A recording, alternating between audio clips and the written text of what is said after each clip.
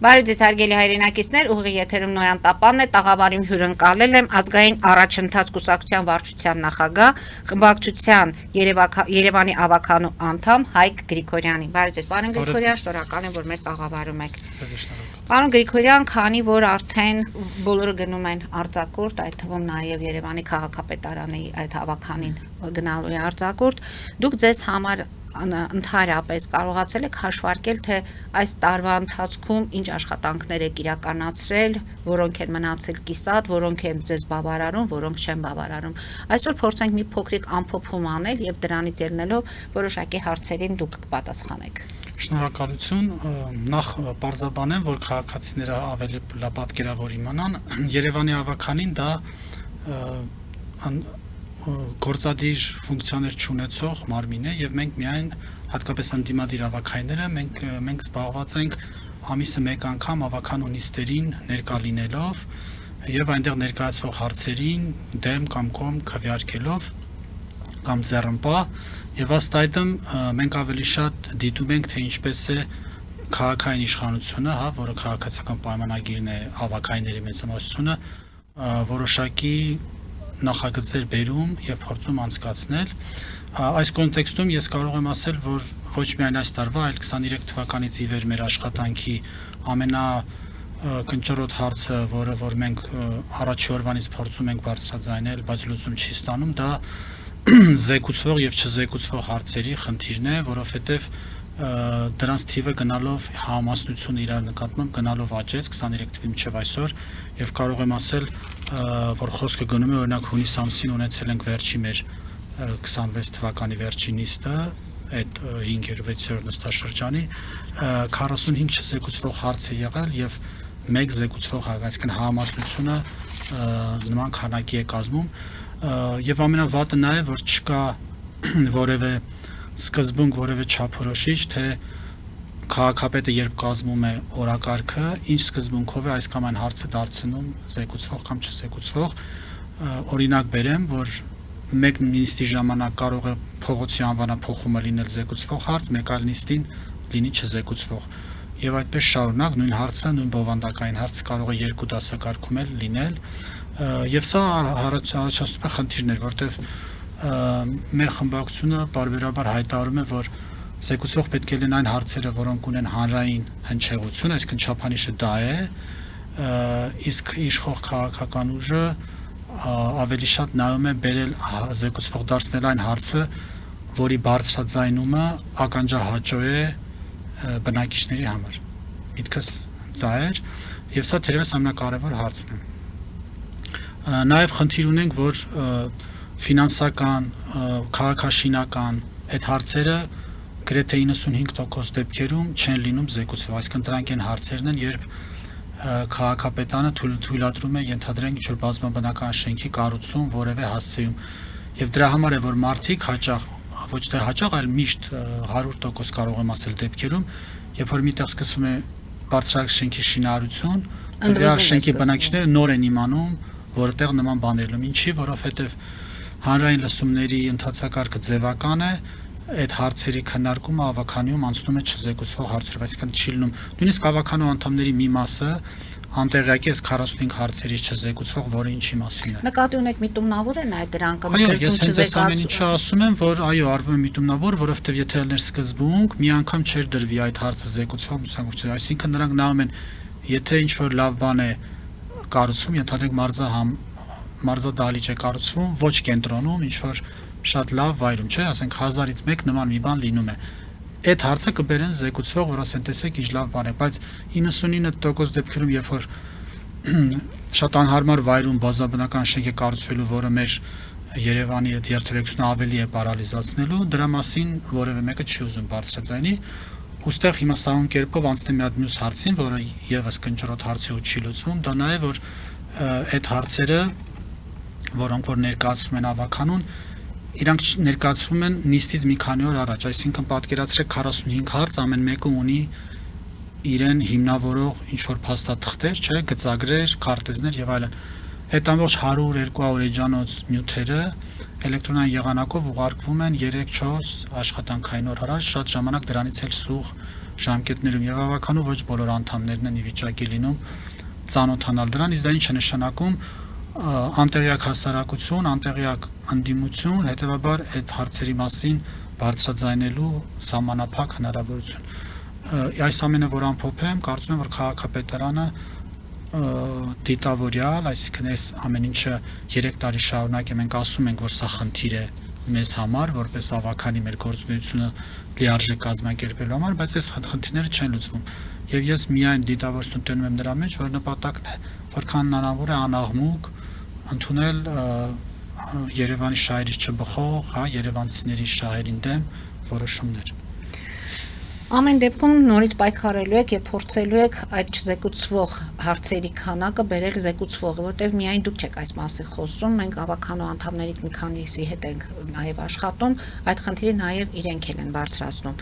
Հիմա հասկանանք, թե ընդհանրապես Երևանի քաղաքային խնդիրները որոնք են եւ ինչպես են լուծվում։ Օրինակ, մինչեւ հիմա տրանսպորտային խցանումների նվազեցում չի նկատվում։ Այս մի քանի օրն ընդհանրապես քաղաքը բեռնաթափված մի փոքր եւ կարելի է որոշակի ձևով հանգիստ գալ աշխատանքի։ Մնացած բոլոր հարցերում նորից խցանումները շարունակվում են։ Խնդիրը ինձ շատ պարզ է, ես եթե պատկերավոր ասեմ, գոյություն ունի քաղաքապետի փոխքաղաքապետ Սուրեն Գրիգորյան, ինքը մասնագիտությամբ իրավաբան է, դուք տեսել եք երևի ինքը Սամական դատարանում գործով իրավաբան է, ներկայացնում է կենտրոնական հանձնաժողովին կամ չգիտեմ, պետական որևէ կամ կուսակցությանը, հա, ԿՊ-ին։ Այսինքն ինքը իրավաբան է, բայց ինքը համակարգում էր կարմիր գծերի բարեփոխումներին, ինքը համակարգում է տրանսպորտի բարեփոխումներին, ինքը համակարգում է խցանումների հարցերի լուծման, այսինքն տվյալ անձնավորությունը, որը ունի մասնագիտական կամ աշխատանքային փորձառություն այդ ոլորտներում, ինքը համակարգում է ձեր նշած բոլոր ոլորտներում, որտեղ որ ճակերտավոր բարեփոխումներ են փորձեն անեն, լինի դա կարմիր գծերը, լինի դա կանատեղիների հարցը, լինի դա խցանումների համար այդ միասնական տեղեկատվական կենտրոնի ստեղծումը, լինի տրանսպորտի այդ գնի բարձրացում, չգիտեմ, տրանսպորտի քանակի ավելացում, այդ բոլորը չի տվել են արդյունքը, ինչը որ հայտարարվել է։ Այսինքն մեզ ասում էին, որ կարմիր գծերը կթանկացնենք, ավտոների հոսքը կնվազի։ Դա չստացվեց, հիմա ասում են ավտոների քանակը աճել է, դրա համար է խցանումները լինում։ Բայց երբ որ ես բարձրաձայնում եմ, որ դուք պետք է քաղաքի կենտրոնում, փոքր կենտրոնում այդքան աշխատատեղ ու ապրելու հնարավորություն չստեղծեք, այսինքն եթե դուք թույլատրում եք կառուցել 16 հարկանի շենք, 12 հարկանի շենք, առաջի 2 հարկը լինում են առևտրային կամ առաջի հարկը մնացածը բնակել, բնական է, որ այդ մարդիկ ավտոյով են գնալու կան տեղից դեպի այդտեղ ու տեղից դուրս։ Եվ դա չտեսնել, դրա տեղը բարձրաձայնել, որ Ավինյանը ասում էր քաղաքում ավելացել են 18000-ով, թե ինչքան ավտոների քանակը, այդ ավտոների քանակը մարդիկ ավտո չգնեն, ավտո են գնելու, բայց դուք պետք է այնց անեք, որ այդ մարդիկ ավտոյով չգան Երևան։ Ունո 3 տարի անցել է, երբ որ մենք սրա մասին բարձրաձայնել էինք 23 թվականին դեռ, հիմա նոր խոսում են քաղաք մտնող գլխավոր փողոցների վրա, արտերիաների վրա, հա, որոնցով Երևանը խելացի լուսացույցների մասին է խոսքը։ Չէ, հիմա խոսքը գնում է այն առաջարկը, որը մենք արել էինք, որ կանատեղիներ կառուցեն, որ մարդիկ ավտոներով կանգնեն, հետո նստեն մետրո ենթադրեն գան կենտրոն, հա, ինքը որ sense նայես, ինքը այն գաղափարն է, որ մենք ասել ենք, բայց քանի որ էլի իրագործողները այդ հարցը չեն խորանում իրանց բովանդակության մեջ, դե հիմա հարց առաջանում 3 վագոնանի մետրոն ոնց է ապահովելու, չգիտեմ, 10000 մարդ այդ ավտոները թողեց, դա մի հարց, ոնց է նստելու այդ մետրոն չունի այդքան տարողունակություն, երկրորդ այդ ավտոներով են կանելու, քանի տարի կտևի ովքեր են կառուցելու այդ կանատեղերը, այսինքն խնդիրներ կա, որ էլի գաղափարը տենց կասվի, ոնց որ Սիրուն ասվեց կարմիր գծերի գաղափարը կամ տրանսպորտի տրոլեյբուսների եւ այլ եւ կմնա էլի թղթի վրա, իսկ մենք ունենանք ավելի վատ, որտեվ ամեն շենքը իմացեք, ամեն շենքը կառուցելուց հետո խցանումների վիճակը ավելի բարդանալու է, այսինքն կապ չունի քանի հատ ավտոբուս բերես, կապ չունի ավտոբուսի համար գիծ բացում են թե չէ, միևնույն է այդ ավտոբուսների քանակը, մետրոյի քանակը չի կարող բավարարել 20%, 30% պահանջարկը, եթե մարդիկ ավտոներով չկան, այսինքն իրականում չապահովելով այլընտրանքային փոխադրամիջոց, մենք ասում ենք ավտոներով պետք է չկան, բայց դրա զուգահեռ տալիս ենք չգիտեմ, բարձրահարկ, հիմա նույնը խոսում են Օրբելի փողոցի վրա, չէ, որ մենք այդքան բողոքեցինք այդ շինարարությունը։ Հիմա Օրբելի փողոցի վրա այդ մի քանի բազմաբնականը, որ կառուցվի է թաղամասը, այդ մարդիկ բոլորը մտնելու են Բաղրամյանով իջնեն կենտրոն։ Խցանումները կդառնան կրկնակի փաստորեն։ Ու դրան գումարած հիմա այս ամառվա ամիսներին պետք է լիներ ավելի թեթև, որովհետև դպրոց չկա, ուսումնական դասներ չկան, բայց Կիևյան կամրջի Շինարարության հետ վերանորոգման կապված աշխատանքների պատճառով էլ հիմա ամբողջ բանն է եղել։ Ու ընդ որում, ասես մի հատ էլի հասարակ բան ասեմ, այդ կամրջի վրա շինարարությունը իրականացվում էր սովորական աշխատանքային ռեժիմով, մեր կողմից բարձրաձայնելուց հետո, որ կա այդտեղ պետք է անել 24 ժամյա կամ երկարացված գրաֆիկով աշխատանք, նոր հիմա անցել են այդ աշխատանքները, այսինքն sense հասարակ բաները գործադիր, որտեղ ավականին գործադիր չի։ Դրանով է պայմանավորված որ ժամկետը արդեն 10 օր ավելի շուտ պետք է հանձնեն Ես չեմ հավատում, որ ավելի շուտ կանցնվի։ Ես ուղղակի մտածում եմ, որ ինչքան ավելի շատ պետք է աշխատել, հնարավորինս շուտ ավարտել, բայց կարծում եմ շատ օթում կանխատեսում եմ, որ այսքան օր, որովհետև նման կարգի ծավալի աշխատանքների մեջ դու չես կարող հստակ այդպես օրը ֆիքսված ասել։ Իսկ նույնիսկ օգոստոսի վերջը ձեզ համար չի նշмарվում։ Ես իմ համար շատ վատ sense միացկացողություն կա, որ ինքը գալու է սեպտեմբեր մտնի, իսկ եթե սեպտեմբեր մտավ, նույնիսկ սեպտեմբերի 1-ին արդեն խնդիր կառաջանա, էական չի երբ կավարտվի, օգոստոսի որ ամսա թվին, էական է, որ մինչև սեպտեմբերի 1-ը ինքը ավարտված է, սեպտեմբերի 1-ին ինքը կլինի ահավոր խնդիր։ Պարոն Գրիգորյան, ամառային խնդիրներից է նաև ջրամատակարարում։ Մարդիկ ուզում են, որ ամբողջ օրը 24 ժամյա ջուր լինի, բայց թաղամասեր կան, որ արդեն ջրամատակարարման այդ սահմանափակումներ, գրաֆիկային փոփոխություններ, ենթակառուցվածքների կառավարում, խոսքով այս ամենը ինչի է բերելու եւ նույնիսկ այս խնդիրը չի լուծվում Երևանում։ Նայեք, դա ավելի բարդ խնդիր է։ Մենք նոր խոսեցինք ավելի թեթև խնդիրներից, որոնք չեն կարողանում լուծել։ Կոյուղատարների, ջրահեռացման, ջրամատակարարման խնդիրների, հա, այդտենց կարգի խնդիրները, որոնք ենթադրում են քաղաքապետարան, վիոլաջուր, կառավարություն, համագործակցություն, այդ ոլորտը ավելի է կաղում, որովհետև իրականում ոնց որ գործի մի մասը կամ ֆինանսի մի մասը կախված է մեկ այլ կառույցից, այդտեղ վիճակը ավելի տխուր է։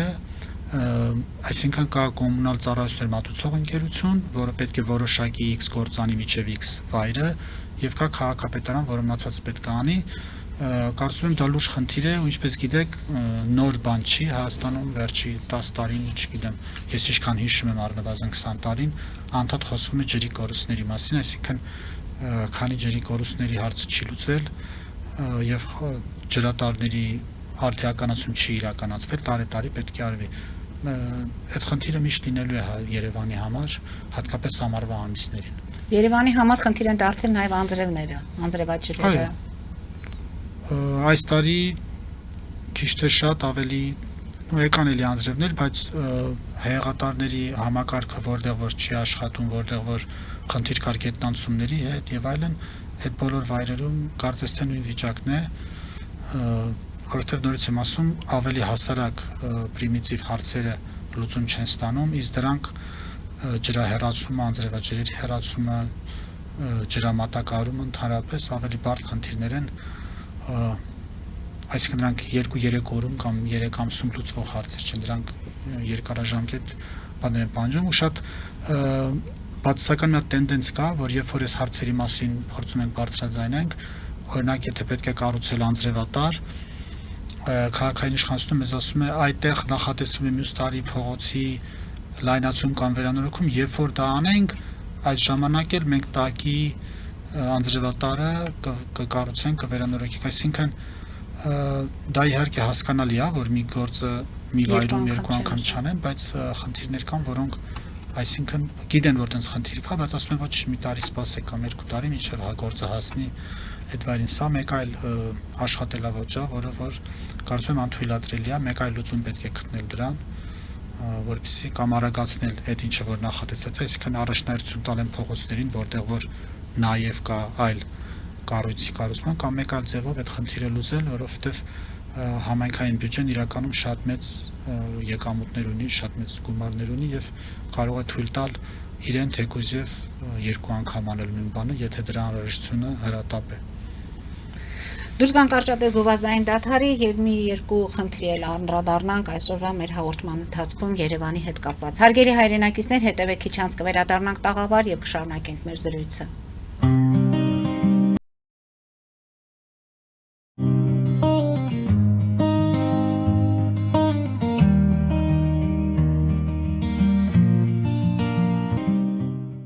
Ֆելիչե ժամանակակից ատամնաբուժական կլինիկա։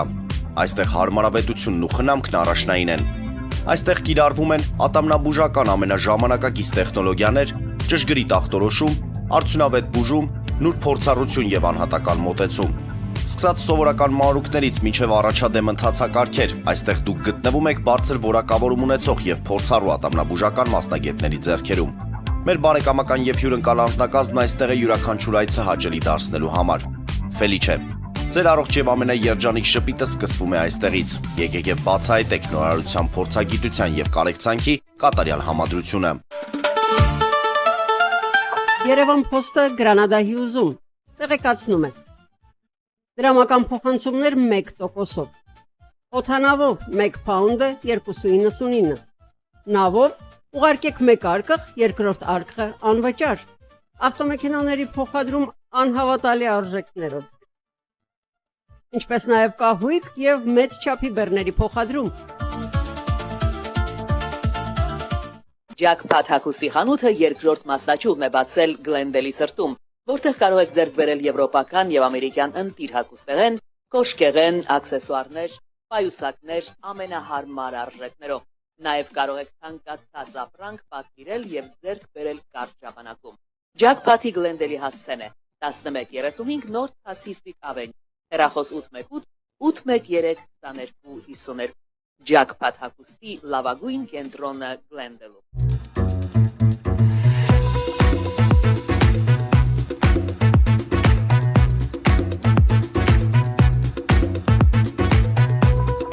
Արարատ ռեստորան, ընտանեկան եւ ընկերական ժամանցի լավագույն հասցե, սիրված արտիստներ, հյուրընկալ մթնոլորտ, հարուստ ճաշացան, անմահական խորտիկներ։ Արարատ ռեստորան, հասցեն անփոփոխ, սիրով սպասում ենք ձեզ։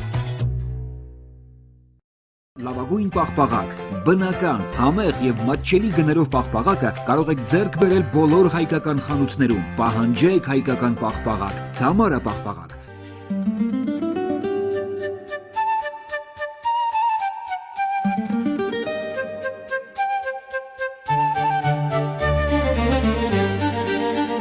Նոյան տապան տպարան, Նոյան տապան հրատարակչություն, շարվածքից մինչև տպագրում, զանգահարեք, գրեք, այցելեք, միասին պատրաստենք ձեր գիրքը, ամսագիրը կամ թերթը, որտեղ նշվելու է, տպագրված է Նոյան տապանում։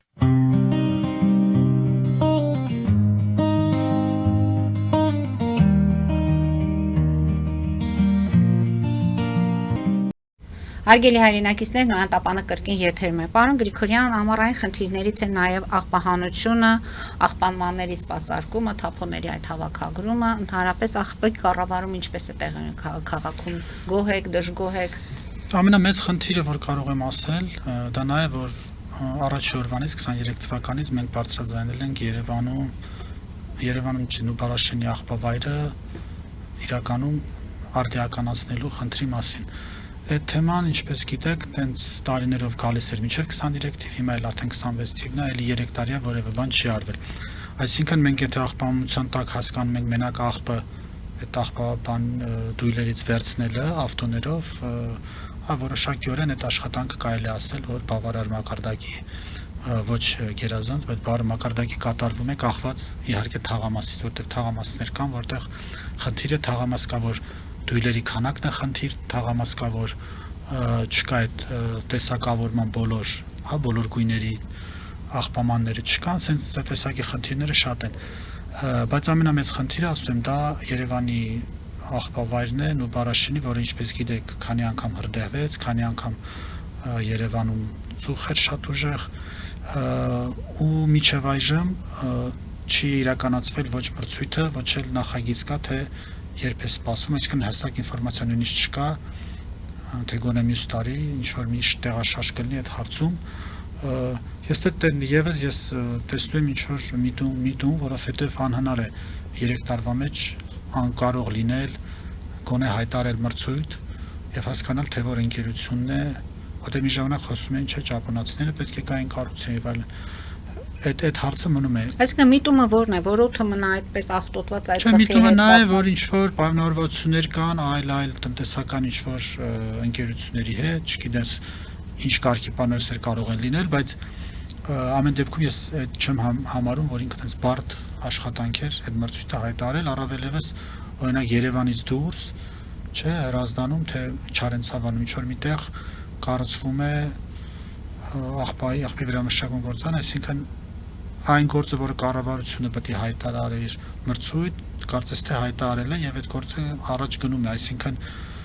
Ցանկության դեպքում ոնց է լինում, որ կառավարությունը Երևանից դուրս աղբավայրի համար այս 2 տարվա մեջ կարողացավ մրցույթ անելու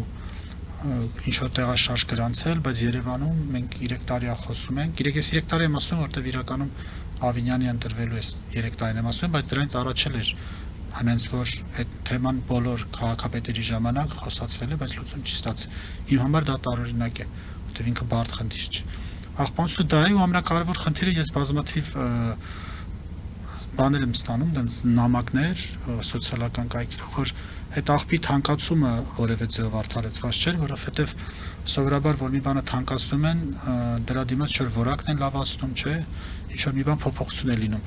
Բայց աղբանության մասով ինքը շատ բարձրացավ, չէ, քառակուսի մետրով գիտեք դարձավ իր վճարը 300 դրամ ու հասարակական տարածքները ավելի բարձր, բայց բնակելիները, որտեղ ենթադրենք ապրում էին թոշակառու միայնակ մարդիկ, որտեղ առաջ անձով էին վճարում, հիմա անկախ ոնց որ անձի քանակից կամ բնակվում ես թե չես բնակվում, քառակուսի մետրով պետք է վճարես եւ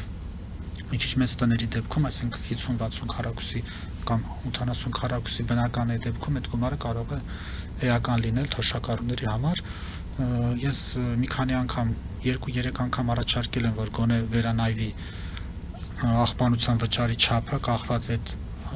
չափանիշներից, որ եթե միայնակ թոշակառու է, չի բնակվում եւ այլն, բայց կարծես թե որևէ բան չի եղել, տարվա վերջին եւս սպասվում է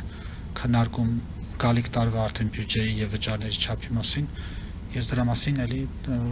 կբարձրաձայնեմ։ Նկատի ունեք, որ գները նորից հնարավոր է թանկանան, այն ինչ որ հիմա կա։ Բա իհարկե ամեն տարի քաղաքապետարանը ասում է ինչի պետք է գազը թանկանա, չգիտեմ պիցան թանկանա, խմելու ջուրը, չգիտեմ թանկանա, բայց մեր ծառայությունները չթանկանան։ Քաղաքապետարանը այդ նույն տրամաբանությամբ ամեն տարի ինչ որ մի բան փորձում է թանկացնել։ Ես դրա համար իմ խոսքում ասի քաղաքապետարանը այսօր գումարի խնդիր չունի։ Երբ որ քաղաքապետարանը կասի մենք խնդիր ունենք գումարի, դա նշանակում է, որ անարդյունավետ կառավարում է իրականություն, որովհետև Երևանի մուտքերը, բյուջեի մուտքերը ահռելի չափով մի քանի անգամ ավելացել են, այո։ Դա լինի թե տրանսպորտի թանկացում, թե աղբանության թանկացում, թե շինարարական թույլտվությունների եւ տուգանքների թանկացում, ամեն ինչ թանկացել է Երևանում։ Եվ այսինքն երևանցիներին նորից թանկացումներ է սպասում։ Ես կարծում եմ, որ դեկտեմբերին երբ որ բերեն 27 թվականի բյուջեն, այո, մեջը լինելու է տարբեր տեսակ։ Իսկ ինչ անել խուսափելու համար այդ թանկացումներից։ Դուք որպես այդտեղ անդիմադիր փաստորեն խմբակցություններ եք, ձեր գործը որն է, ինչու չեք կարողանում։ Մենք եթե կհիշեք աղբի մասով մենք կոչ էինք արել ուղղակի բոյկոտել ու չվճարել, ես չգիտեմ դա ինչքանով ստացվեց թե ոչ, բայց մեր գործիքակազմը դա է, բարձրաձայնել դրա մասին եւ նաեւ ինչ որ ձևի կազմակերպել բոյկոտումը։ Նույնիսկ կարծեմ մի անգամ քաղաքացիները հավաքվեցին նույնիսկ քաղաքապետարանի մոտ այդ թեմայով մեր գործիքակազմը այդքանով սահմանափակվում է ուրիշ ազդեցության լծակ մենք չունենք մյուս լծակը դա նաև ինչ-որ ձևի համոզման մեթոդի կիրառումով չգիտեմ իշխող ուժին փորձել համոզել որ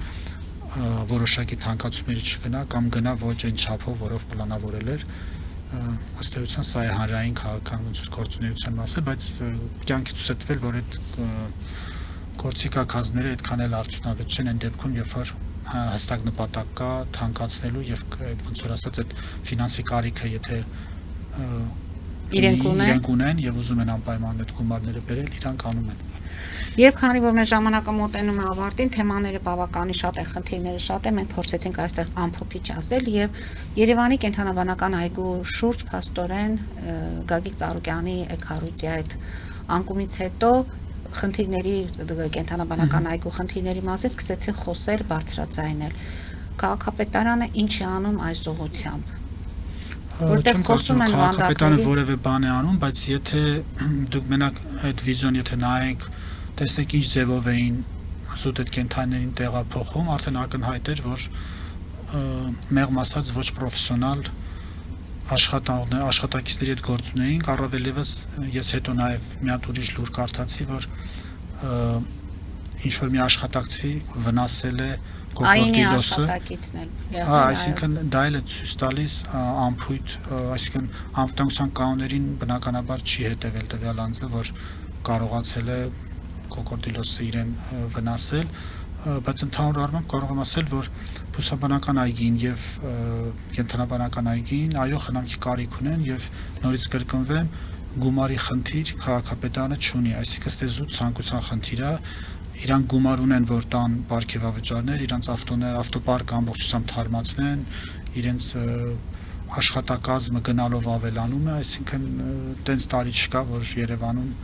աշխատակիցների քանակ չավելացնեն, նույնիսկ տարի չէ, ամեն եռամսյակ կարող եմ ասել, եւ այս պայմաններում կարծում եմ, որ թե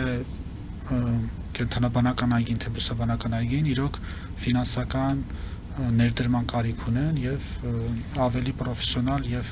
21-րդ դարին վայել կառույցներ դառնալու լուրջ աշխատանքի կարիք ունեն։ Խոսքը ոչ միայն ասենք դրանց արտաքին տեսքը ինչ որ հարդարանքները նույնը վերաբերում է նաև աշխատակիցների մասին, որակյալ եւ պրոֆեսիոնալ այդ աշխատակիցներ։ կառույցը ընդհանրապես 21-րդ դարի համահունչ չէ, այսինքն արդիականացվել են ասենք ավտոբուսները, դու չէիր կարող, չէ, ավտոբուսը արդիականացնել, բայց ավտոբուսի վարորդին, չէ, վարորդներից պահանջում ենք չծխել, պահանջում ենք հագնել համազգեստ եւ բայց այդ նույն բաները մենք այդ կառույցներում կենտրոնաբանական այգում եւ բուսաբանական այգում չունենք, որովհետեւ ուղղակի անուշադրության մատնված կառույցներ են, որովհետեւ ըստ քաղաքապետարանի իրանք երևի էական նշանակություն։ Եվ ձեր կարծիքով է կառույցի այդ անկման պատճառը ոչ պրոֆեսիոնալիզմ։ Ես կարծում եմ այո, որովհետեւ դա պետք է իհարկե ուսումնասիրվի այդ անասնաբույժ մասնագետների կողմից, բայց մենակ այն ձևը առավելին իմ տպավորությունն այդպեսին է, որ այն ձևը, որով որ կենթայիների հետ վարվում էին, դրանք այդքան էլ պրոֆեսիոնալ վարվելաձև չեն, եւ երկրորդը նա էր, որ եթե կարող է այդ կենթայիները նաեւ վնասել իրենց եւ այլն, այսինքն իրենց քնեցները տեղափոխելու process-ը վիզուալ իմ գնահատմամբ ոչ պրոֆեսիոնալ էր։ Ոչ պրոֆեսիոնալ մոտեցման հետևանք է։ Պարոն Գրիգորյան, շնորհակալություն եմ հայտնում այսօրվա հաղորդման համար։ Ձեզ շնորհակալություն։ Հետևենք իրադարձություններին, հարկ լինելու դեպքում կհանդիպենք կրկին այս տաղավարում։ Հարգելի հայրենակիցներ, այսօր այսքանով ավարտում ենք, հետևեք զարգացումներին, մնացեք խաղաղությամբ։